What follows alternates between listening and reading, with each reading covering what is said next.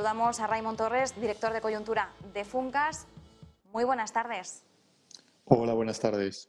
Bueno, hemos visto en esas últimas previsiones que el panel de Funcas mantiene el crecimiento para este año en el 4,2%. Sí vemos ese recorte de 6 décimas para el año que viene al 1,9%. En primer lugar, si nos centramos ya en lo que nos queda de año, si miramos cuáles son las perspectivas para el tercer y el cuarto trimestre, ¿qué escenario estáis dibujando?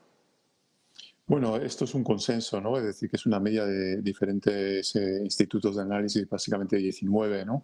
Y la media lo que nos da para el resto del año es, bueno, un perfil muy plano, es decir, el PIB apenas crecería en el tercer trimestre, en torno al 0,1%, y se reduciría pues otro 0,1-0,2% en el cuarto trimestre. Es decir, estamos hablando de un segundo semestre del año pues muy débil, con un riesgo de recesión que es real por todo lo que sabemos bueno, del entorno externo, que los panelistas lo ven pues muy turbulento, con una crisis energética que no amaina, unas tensiones geopolíticas también muy presentes con una guerra, y finalmente también un endurecimiento de la política monetaria que necesariamente tendrá algún impacto negativo en la demanda y especialmente en el consumo y la inversión. Por tanto, bueno, lo que vemos es ya en este año la entrada en un periodo muy complejo, tal vez menos que en el resto de la eurozona.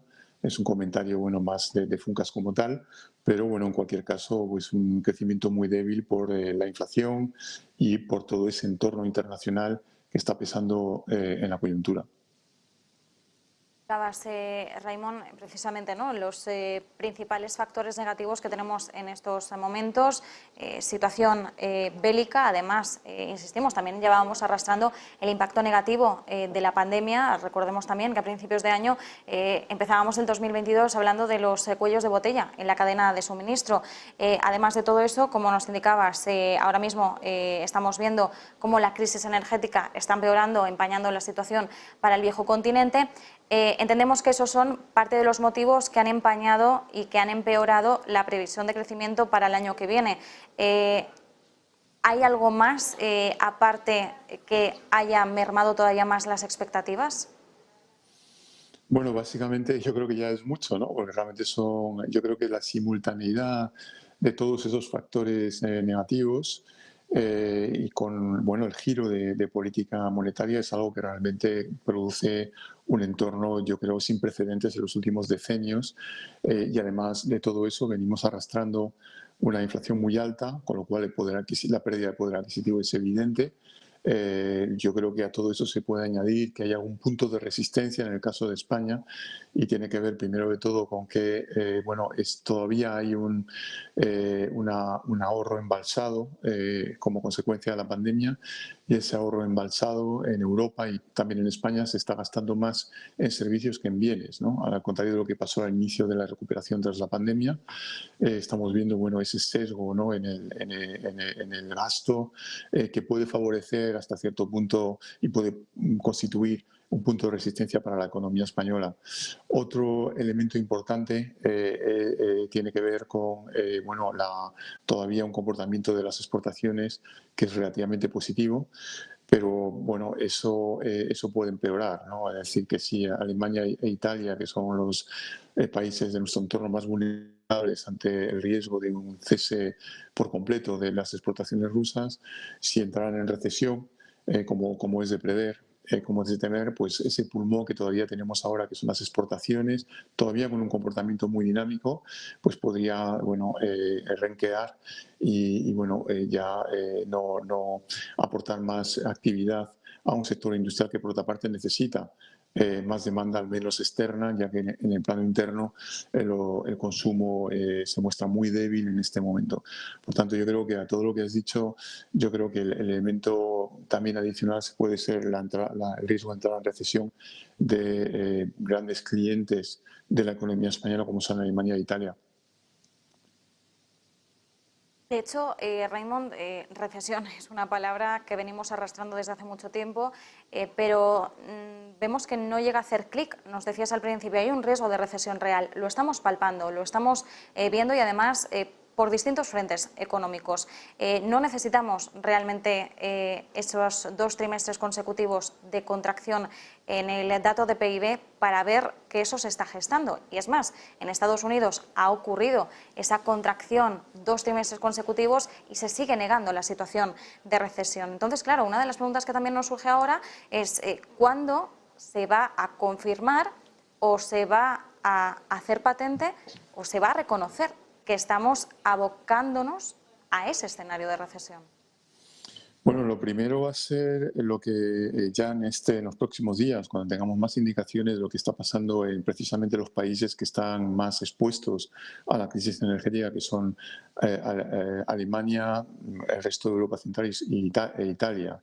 Entonces, eso va a ser un primer elemento que nos permitirá vislumbrar si nos asomamos a una recesión y cuán grave es esa recesión.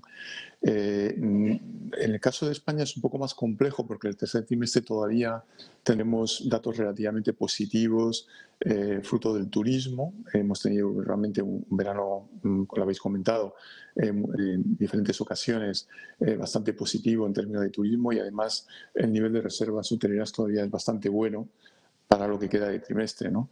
Entonces podríamos tener todavía, pues veremos en pocos días, ¿no?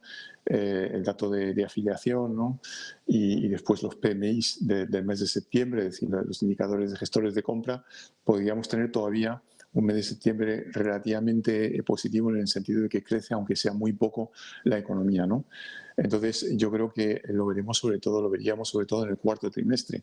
Yo creo que es importante, sobre todo, ver la tendencia, es decir, que ya estamos viendo mes a mes una tendencia a la desaceleración, es decir, que no hace falta esperar el dato definitivo, ¿no?, de confirmación de una recesión, cuando estamos ya constatando una desaceleración en diferentes indicadores, desde la producción industrial hasta los propios PMIs. Hemos visto bueno, poco a poco un retroceso de los PMIs. El de agosto se sitúa muy ligeramente por encima del nivel de 50, es decir, todavía había crecido, pero muy poco ya la economía en agosto, y por tanto, bueno, ya se puede constatar la dirección del cambio, ¿no?, de la ralentización de la economía. Es decir, ha entrado ya la economía, se puede decir, a partir de estos indicadores, en fuerte desaceleración, aunque todavía no podemos decir que hemos entrado en recesión.